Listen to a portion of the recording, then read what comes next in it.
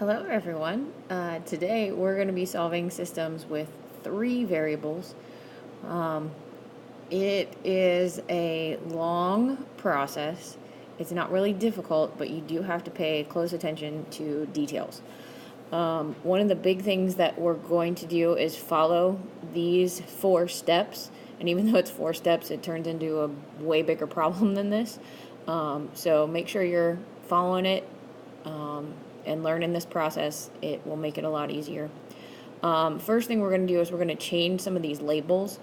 We're going to change that equation A in step 1. We're going to change that to equation D. And in step 2, we're going to change equation B into equation E. And then as you notice in step 3, we're going to put D and E together to solve the system. This is just going to help us to be able to keep things a little straighter as to what we're actually doing and which equations we're working with, because we're going to try to label everything so we can follow what we're doing.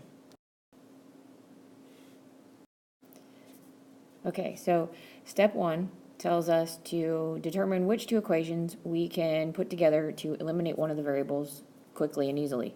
So in this case, we notice that on B and C, we're going to be able to eliminate the y's very easily. So that is where we are going to start. Okay, so as you see, I've taken B and C and I've set them off by themselves, sort of, and I'm going to eliminate my y's by multiplying the C equation by -1. When I do that, I change all my signs, okay, and now when we combine those things together, we have 2x plus 10z equals 38. This is what we're going to label as equation D. Okay, so we got to make sure that we don't lose that. That's why we're labeling everything. Okay, so now in step 2, it says you're going to eliminate the same variable from a combination of the equations that you didn't use and one of the ones that you did. Okay, so I am going to put together, in this case, equation A and equation B, because we've already used B and C, so we can't use them again. So I'm going to use A and B this time. Okay, so here's my elimination with A and B. To eliminate the y's, I had to multiply equation B by 6, and we distribute that to get 30x plus 6y plus 12z equals 60. You'll notice that there's a really good reason why I put that line on my z's, because when I write on here, my 2's look an awful lot like z's, so it's helping us to keep things straight. Then when we combine all those things together, we eliminate the y's, and we get our equation E. Okay, so we now have equation A, B, C, D, and E. We've already eliminated the y's, so now, if you're looking at it, step 3, we're going to put equation D and E together in order to eliminate one more of our variables, so we actually have a value.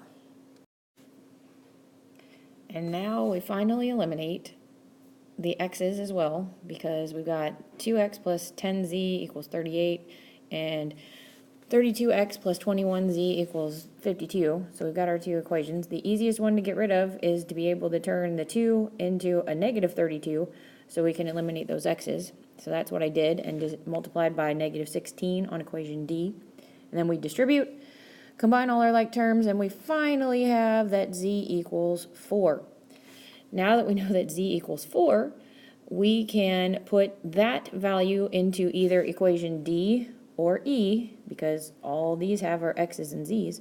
So we're going to substitute in that value for z, and then we'll be able to find our value of x. So here's that substitution. We know that z equals 4, and I chose equation D. Again, it doesn't matter if you choose equation D or equation E. I just like the smaller numbers. So we substitute that 4 in for z, do all the math, and we now have that x equals -1. So we've got x and z. All that we have left to do now is to find out what y is. So we choose one of the original equations, A, B, or C, in order to do that substitution and finally get our y's. So I'm going to do that on the next page, and I'm actually going to use equation A.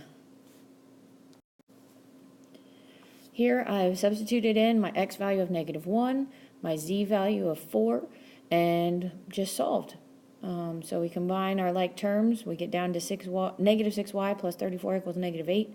We subtract that 34 from both sides, then divide by -6, and we have that y equals 7. So we finally have all three of our coordinates in our three-dimensional system where these three lines are going to meet.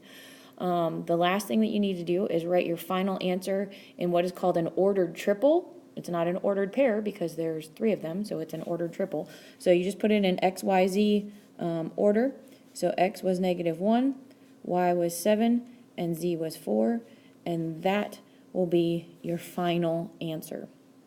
As you can see, solving these by hand is not exactly the most fun, so we're also going to learn how to put these into our calculators to have the calculators do all this stuff for us too. But you never know when you'll actually have the calculator or when you'll have to show your work, so you want to make sure that you know how to do all of it.